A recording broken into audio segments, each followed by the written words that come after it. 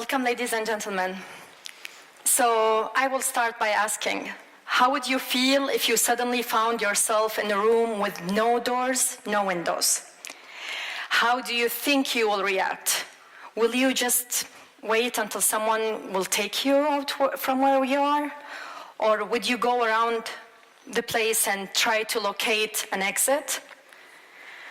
Or would you try to create another way to go out? According to the UNHCR, most recent numbers for displaced people, there are more than 68.5 million displaced people. And 25.4 of these numbers are children and youth. So you can understand now that I'm talking about the future. I'm talking about the generation which will build the future for these countries. Well, yeah, I have the right to talk about that because I'm one of these 68.5 millions.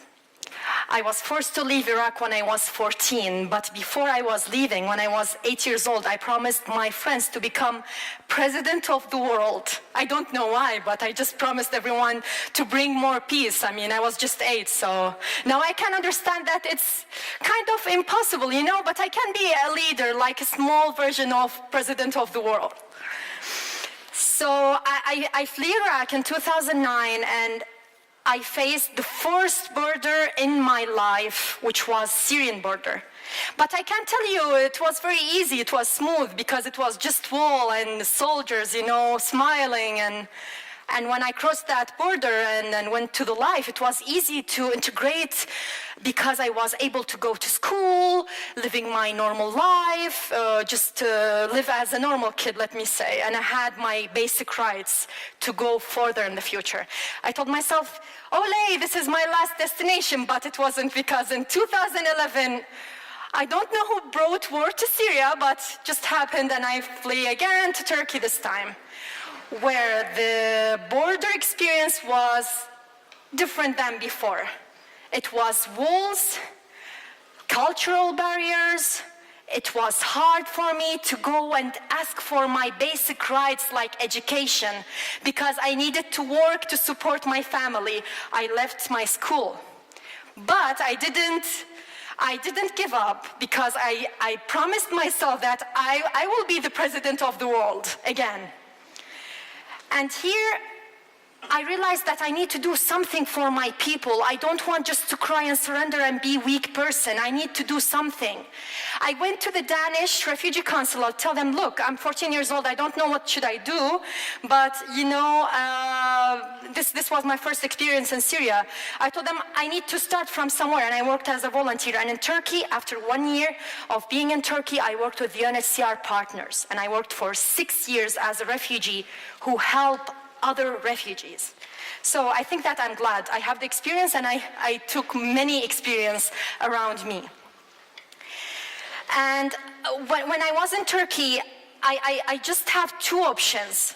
One is surrendering and keep going and working just like with nothing, with no future, or to fight and be the Aya that I wanted to be. And because I'm here today, I think that, you know, I achieved in somehow of being a peace builder. I was a lucky one in between of these 68.5 millions who get resettled to here. And do you think that this is just by coincidence? I don't think so. I'm here for a reason. This is the city of peace. I'm in Geneva. Why I didn't go to another country? Why did the 1.5 million people just sign for me after the Brandon Staten story? I can't tell you all the story. You can go and look for it. But 1 million that they don't know me at all, but they signed for me to go to the United States, and I end in Geneva? So this is absolutely for a reason. And when I came to Geneva, they just called me, the UNHCR called me, and they said, look, well, do you feel interested of becoming a Global Youth Advisory Council member?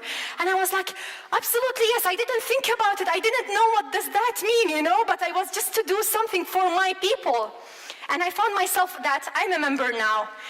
And by that, I decide to be not a destroyer, not a victim, but being a leader and being a peace builder. So, ladies and gentlemen, it's just your decision If you want to create peace, it's easy. It starts with very small things. It starts just with your pray for someone who needs peace. I mean, you know, we are not powerful, we are not governments, but you can change things in yourself. You can decide. I mean, it's very small things. Even if you smile in front of someone, you will bring him or her peace. But now I want to talk about what I found more important in my journey, because I was away from education, but as I told you that I didn't give up. So I went through a very weird educational process, let me say. I was going from one country to another, one system to another, but I didn't surrender. So education can play a big role in our lives, in refugees' life actually. Because, you know, they are moving from one country to another, they have a lot of problems, but by education, they can solve a lot of things. We want kids to be surrendered by books, not guns. We want more leaders in this world, not just victims. Ladies and gentlemen, think about that. The refugee community future is with this generation. We want the generation to be educated. So whenever the peace, the literally peace will come to the country, we can go back to our countries and rebuild it. We don't want to lose one generation just because we did a bad choice. It's easy for you, you know, easy for all the people here to be a part of that project. It could be something easy just to sign with refugees petition, you know? It's just to show that you are interested, you want to help others. Please, as I told, this is the generation of the future. As any country, as any community, we need these children and we need this youth to build the country. And I want just to leave you with these words. As John Lennon said, peace is not something you wish for. It's something you make, something you do, something you are, and something you give away. Thank you so much.